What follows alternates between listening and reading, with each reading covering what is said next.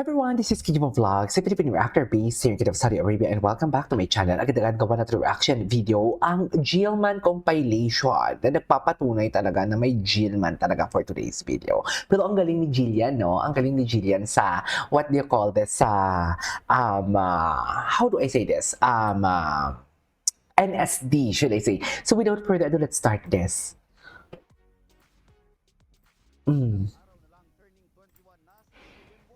Ay, ano ang natutunan ng Jillian ko? Go! Sir, at mas palaban. Turning 20, I think mas palaban na ako. Ay, For palaban. myself, I mean, mas may boundaries na po ako. True. Yan naman yung Mas talaga alam yung ko na kung tama. ano yung gusto ko May for my boundaries future. talaga.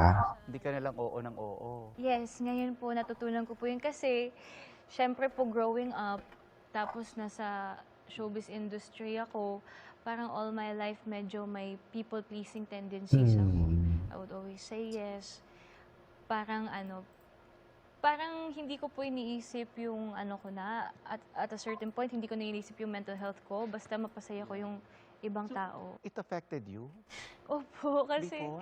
sobrang sobrang people pleaser ako. People nung younger pleaser. ako. Pero sobrang sensitive ko din. So parang kahit pagalitan ako or kahit parang opinions nila about me, parang tinatanggap ko na lang parate, ganun. So this year natutunan ko po na, no, this is me, this is my truth.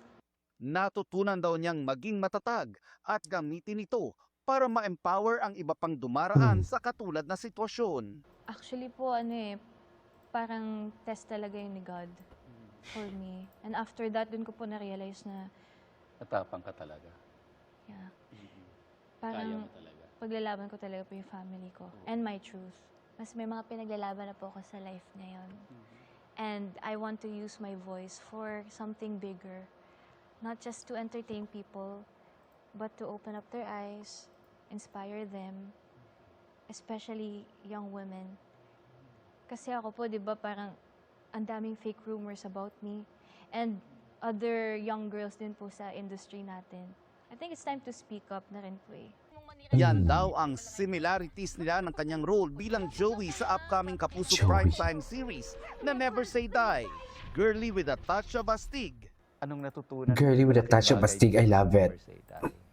While portraying Joey?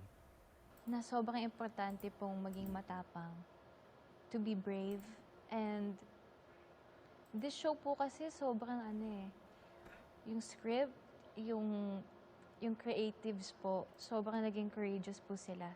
Kasi hindi po to simpleng storya. It's about our country, how some people with power could abuse the power that they have. And marami pa po talagang messages tong storya namin. Kaya masasabi ko po sobrang brave po ng GMA for creating a Actually, show like palagi this. lang din naman talaga Kung eh. matapang ka nga, Jill, Palagi talaga. pag-usapan natin ang ikinakikilig ng fans Ay. na mystery guy na si Big Guy. Ay, ayan Siya na na. ba ang ka-Valentine's mo? Si Rahel o may daw iba eh. pa? Lilinawin lang natin, ito bang si Okay. Big Guy, boyfriend mo na ba to? No. No. Actually, Hindi no. ka nanliligaw. Ala, sobrang hot seat po kayo. Sobrang hot seat kayo. Hindi nga, nanliligaw. I think so. Ay, totoo Talaga ba? nakabantay po kayo. Pre, pinapollow kita eh. Oh my. Baka kasi mahulaan niyo po kung sino pag sinabi ko. Oh, sige. Iba ba to kay Big Guy o yung mga... Actually, hindi lang naman isa nagpapadala ng flowers Well, sa'yo. yes. Well, yes. Ay, hindi mo syempre, kaya. nagpadala po si Well, Big Guy. yes. Hindi mo Iba kaya. pa? Maybe. Ala. Pero kasi contradicting, no? Ang sabi kasi ni sino to, ni Rahel, ang sabi ni Rahel sa interview together with Sir Boy Abunda is, hindi siya nanliligaw, friends lang sila. Pero dito, sa interview na to, si Big Guy daw niya is nanliligaw daw. Hindi niya jowa, pero parang medyo nanliligaw at nagpapadala ng flowers. So, sino ba talaga si Big Guy? Diba? Hindi, feeling ko din po kasi parang Sino ba parang talaga, this ma'am? year, Ang Anyways, una nating panauhin, Ay, sino to? ating anniversary. ang haba. 1 to 10. ang chances niya para sagutin mo? 10, 11, joke. Ganda yun. Ay, si From Eman an Pacquiao exclusive talaga. interview with Asia's King of Talk, Boy Abunda. Actress Abunda. Jillian Ward has AI. sparked massive curiosity after teasing a mystery man in her life. During the interview, Jillian revealed that one day she will finally introduce him to the public. She described him as kind, supportive, and someone who truly understands her career. Jillian also shared that he is very nice to her mother, something she said is very important to her. Here's the biggest hint. The mystery man is a Filipino between the ages of 22 to 24 and has other skills aside from being in show business. When asked what he's like, Jillian simply said, "He gets my job." With her shy laughter and cryptic answers, fans quickly noticed that Eman Pacquiao's TikTok profile features the Ay, initials diba? JW with a heart emoji, which Diba? many believe stands for Jillian Ward. Yes. Eman also reposted Jillian's video about the mystery man behind her back and even reposted Boy Abunda's interview discussing the same topic. Adding more fuel to the fire, Eman reposted a TikTok video with the caption, "Pagandahan ng GF tapos GF ko,